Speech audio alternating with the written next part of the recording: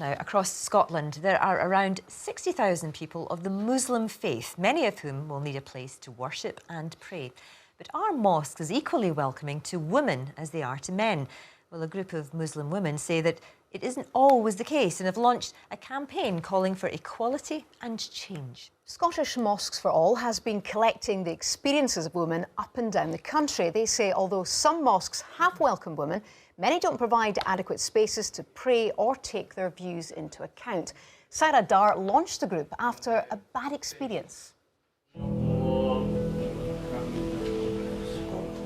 A few years ago we were holidaying in Fife and we'd stopped at a mosque for Friday prayer, and this particular mosque was full and it was only catering for men because of the fact that they didn't have the capacity to cater for women. My husband and my boys went and prayed. I had to sit in the car, wait for them to finish, wait for the men to leave, and then I was allowed to come into the mosque and pray.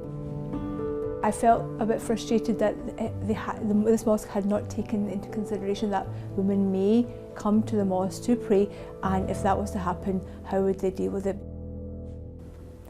I began this campaign because I was listening to stories of my friends, my family, other women around the country who felt that the mosques that they were frequenting were not welcoming to them, or they felt that their voices were not being heard in those mosques.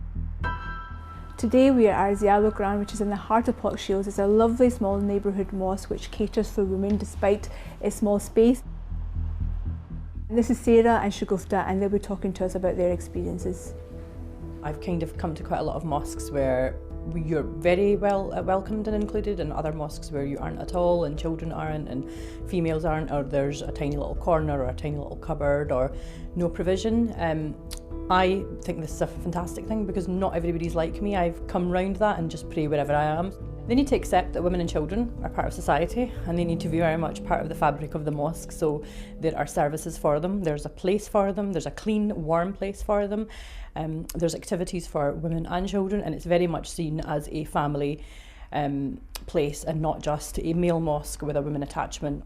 I lived in the Middle East for the last few years, and then I came back with my daughter, and I'd kind of forgotten about it because it's very much like you can go into any mosque no matter how big or small it is and there's space for women. And then I came home and I remembered that that wasn't the case. And you know, I have a 2-year-old daughter and she wants to go running into the mosque because she sees people going to pray, and she's like, everyone's going to pray Akbar, I want to go too. And then I kind of have to explain to her that actually you can't go in there because your dad's not here and I can't go with you. And Sheikh Hassan Rabbani is here with us. He is an eminent local scholar and on the core group of Scottish Mosques for All.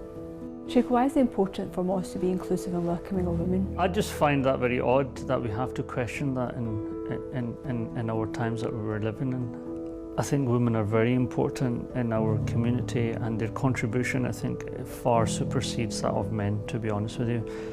And most of the work that actually is done here in the mosque is by the women, and the women are much more active than the men, to be honest, in terms of volunteering and everything. There's a perception amongst wider society that Muslims can be very oppressive to the women. Can you comment a little bit about that? I mean, there's a degree of truth to that. I mean, I can't speak for all mosques and all organisations and institutions, but here what we've actually tried is to accommodate them. So even our trustees that we have here, we've got 50-50 representation.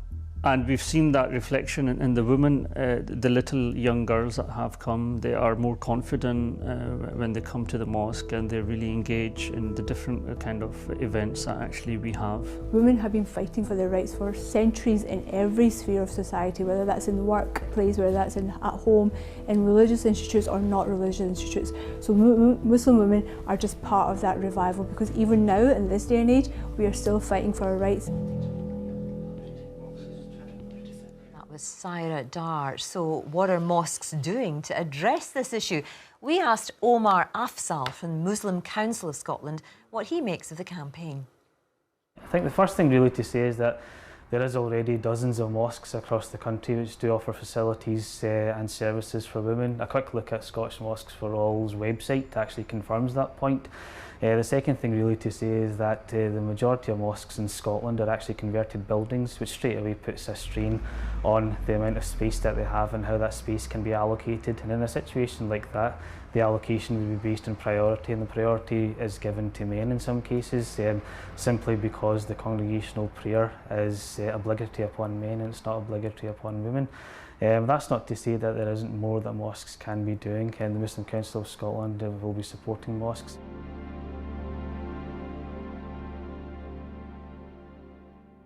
I think there's an issue around equality generally within our society, not just within mosques. I mean, if you look at the struggles that women have in boardrooms, in football clubs, in the performing arts, and the way they're treated in that particular industry as well. So it's really a society-wide problem, and religious institutions form one part of that. And it's up to us, us all actually, as a society, to make sure we're combating that.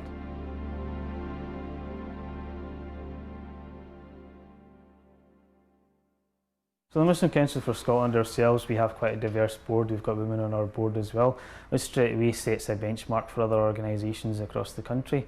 Alongside that, the Muslim Council of Scotland set up a working group to look at the issue of women in mosques, which actually predates this new organisation that's set up. For example, Scotland's largest mosque, it offers a service for women where they have access 24 hours a day to a female scholar. In terms of teaching and learning, that institute actually employs more female scholars than they do male scholars.